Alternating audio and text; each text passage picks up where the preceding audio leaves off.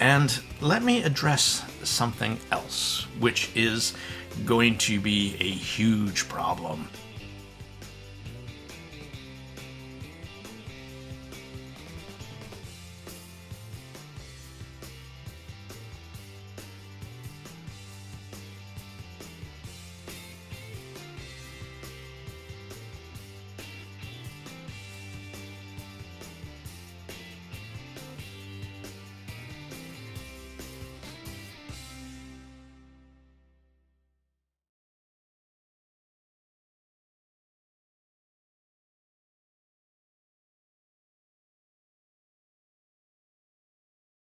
Just quickly, also one more thing about these KZ PR3s. When they came in, I measured them like I do, and they have a complete channel balance all the way across the board by about 2 to 3 dB, closer to 3 dB. And not the frequency response differs in this case, it's the actual channel matching of volume. So if you can imagine in this case, the right side is noticeably less loud than the left side. So in order to fix that, you actually have to take your balance control and move it over to the right. In this case, in like my Ibasso DX170, I had to move it +6 in order to get the right side to sound as loud as the left side. I did reach out to KZ before I did this video, and my answer was honestly that your rig is different from a professional rig, and that's the differences. And I kind of said that's measuring the device isn't going to change the fact that one has less output than the other output. Just thought I'd let you know. Chi-Fi quality control at its best. All right, round number 2. I'm on a roll. So let's talk about planar KZ PR3. There was lots of controversy with the PR2, and this time around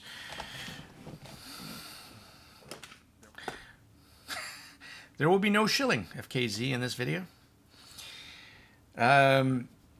These were also provided no charge from KZ.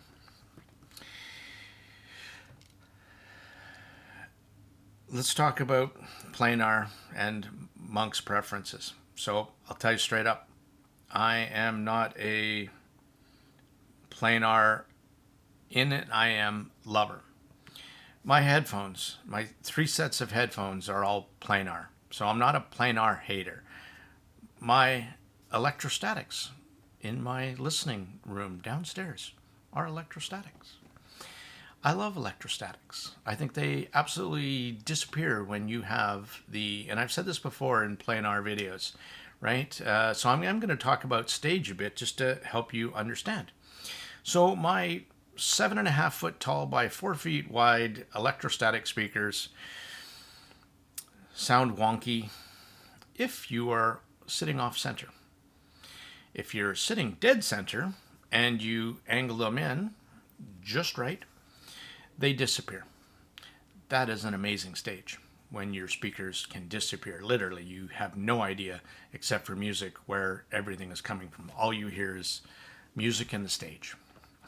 Now, when it came to planar, my biggest complaint ever since the Timeless was that though I did love the way it articulated instruments and it just sounded that there was no the stage, and I'll get to that near the end. So I first put these in my ears and I was thinking, where's the bass? And that's a good statement, and I used it with their little foamies that they are recommending. I also, of course, brought all my ear tips. And one of the things in our group we all share and talk about with each other is stage. So the 4 of us so far have only heard one IAM that actually had decent, proper width, height, and depth. And that kind of was, Kevin mentioned that the Panda PR1, and I 100% trust his opinion on that. I haven't heard it myself. That he thought it was actually as good as he's heard it in a planar. So, and interestingly enough, when I was listening for that, and they asked, "How's the stage?" I will tell you straight up, it's. I'll go there right now. So it has great width. It has a singular height, from what I heard, 30 songs, 4 hours, and no depth. What it sounds like is that you are sitting in the front row of every song.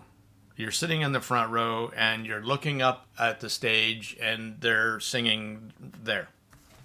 Every song. There was no depth. When I would play Royal Philharmonic Orchestra, where I can hear in those particular tracks where there is a drummer and there's three.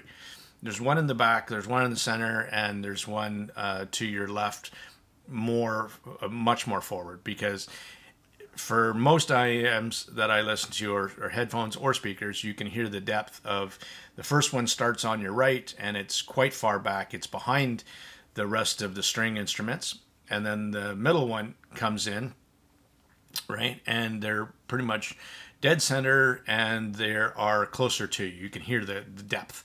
This is what I mean by depth. And then then it pans over to the left and it should be front and center stage. So if you can hear like an orchestra and say it's curved, the one in the right's back here, the one in the center is here, and the one on the left is right here, right? You can hear it go boom, and then as it pans over, you don't get any of that. It's straight up. So you need to find, if you're listening to songs to understand how well it does for depth. Songs like that to give you what you know it sounds like, to give you that perception, and the PR3 failed like most planars, and I don't know why that is. It's hard enough to get that kind of depth perception or 3D perception in ears to begin with. Very few IAMs do it. Soft Ears Twilight, Plunge Audio Unity, High Senior T4, those ones were kind of standout. Even the last BQEYZ Wind was a standout as well for staging. The Meze Advar, again, amazing, where 3D and depth and width and height.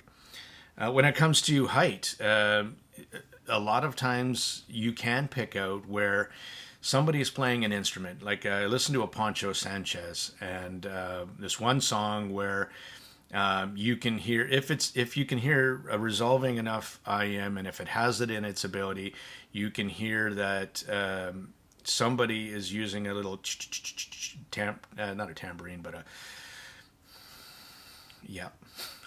one of those, right? It's got like rice or something, beans inside, and it's like right, and they're shaking it, and then you can actually tell that they switch the instrument to their other hand, and they're shaking it down here, and that's a height perception that you can tell. And again, listening to that song, I don't get that from the PR3.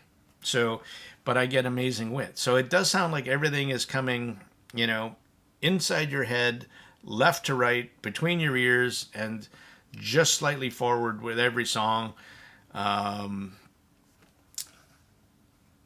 Let's talk tonality. How does the PR3 sound? First of all, I just listened to the Let's Shure S15, and one of the things I really just noted straight off the bat, bass is fantastic. These are not that. You would almost describe these as, bass-wise, as tame. Really. I mean, so you get more mids and highs than you do bass. It's not balanced in this particular case. I was really hoping to do that. It's nice you can add in a lot of bass in a planar and it not sound too bassy, but you can add not enough, and good luck in trying to boost it up unless you're EQing the hell out of this thing, which planars take like a champ. But the overall tonality would be more of neutral, bright, leans towards thinner mids. On a bright note, I do not hear that artificial planar kind of timbre that you do get sometimes in the early planars. And even the Timeless had that, and every time the S15 for me had planar timbre where instruments have a certain sheen to them and kind of an almost too hyper realisticness to them, where it doesn't make them sound quite natural like a dynamic driver does. The bass on these doesn't quite actually sound like your typical planar bass either, where it's very, very fast and doesn't have a whole lot of decay. It actually is closer to dynamic driver than it would be your typical planar bass. But there's just not enough, and there's not enough mid bass. And that's what's in this tuning is mucking up male vocals, where again, female vocals are great, but male vocals sound thin. Like Chris Rea, when I was listening to some of his, he's got a deeper voice, but it just didn't sound like what I thought Chris Rea should sound like. And, you know, when you put another IM that you find High Senior T4, where it's very, very neutral, where the tonality or the twilight, that's how it should sound to me. This doesn't sound like his voice, right? And it's on the thinner side of the mids and upper mids, and not enough weight to bring that into a more realistic. So it's not going to play all libraries too. I mean, that's also going to translate down to stuff with lots of kicks, rock, metal. It's just going to be light on that. String instruments where they play Tina Gao, for instance, where she's playing violin and electric cello, amazing. Joe Satriani, 6-string guitar, amazing. Comes to cello though, no, because it doesn't have enough note weight on the bottom to make the cello or piano or Pancho Sanchez's drums sound like his signature drums. So that is how it sounded, and let me address something else, which is going to be a huge problem. Is anybody, I'm sure if you're a listener to my channel, I damn near cried when listening to the Pen-On Fan 2. I really, really love that tuning of that IM. One of the things of that IM, which doesn't work for pretty much half of the people, including half of our review group, it has a nozzle angle that is different. It's wonky. And if you've ever watched and I encourage you to understand a bit more, so watch my Plunge Audio Unity video and understand a little bit more about what I'm talking about. And since I've done those and I've understood a bit more, and I've talked to Simon Fisk, who the owner of Plunge Audio and who's an audiologist, and then I also talked to my local one, and when I did my ear impressions, and I was asking her a whole bunch of questions about ear shapes and designs and stuff too. So, I mean, it's super interesting when I look at my ear impressions and I look at the nozzle of the PR3. Now, they did change something, because and I'll show you some pictures of what was the other one I had here, the Polaris, right, which is your typical CCA KZ. They changed the nozzle angle, the shape, and the direction of these.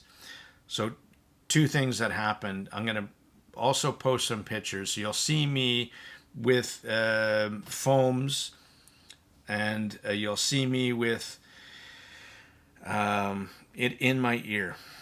So what was happening is it goes in your ear, what was happening, it goes in your ear, but that nozzle is in a weird way where after 5 minutes it's poking into the upper part of my ear because it's not shaped correctly, and it makes it uncomfortable.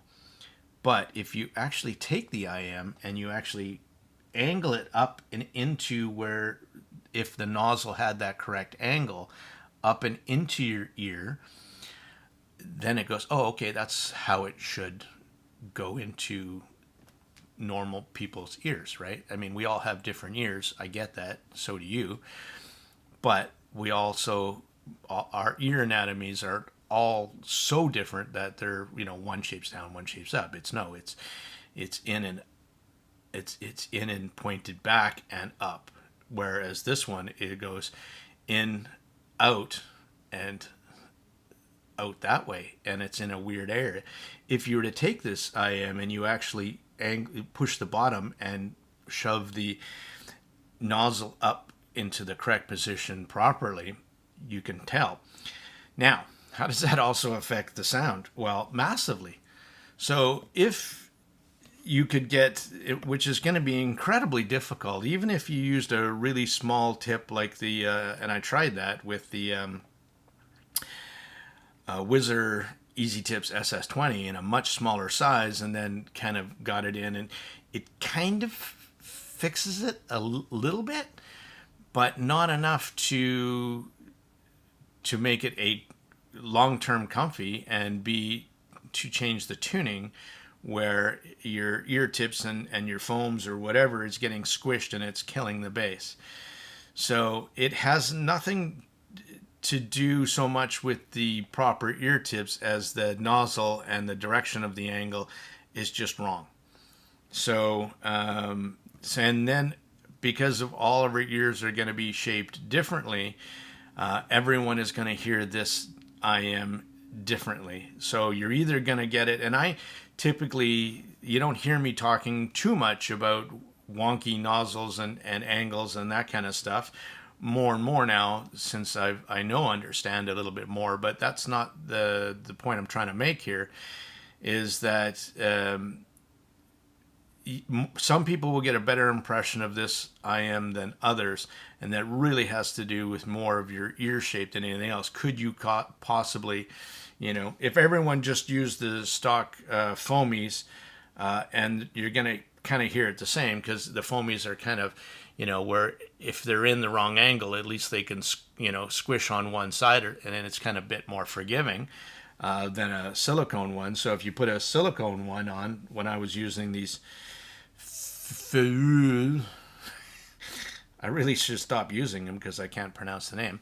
So what would happen with this one is then it would collapse, right? It would try to get squeezed up and it would collapse. And what would happen is it would allow, even if a stiffer one like an Osla Crystal with their stiffer thing, it would lose more of the bass, but then vocals would come out more tonally.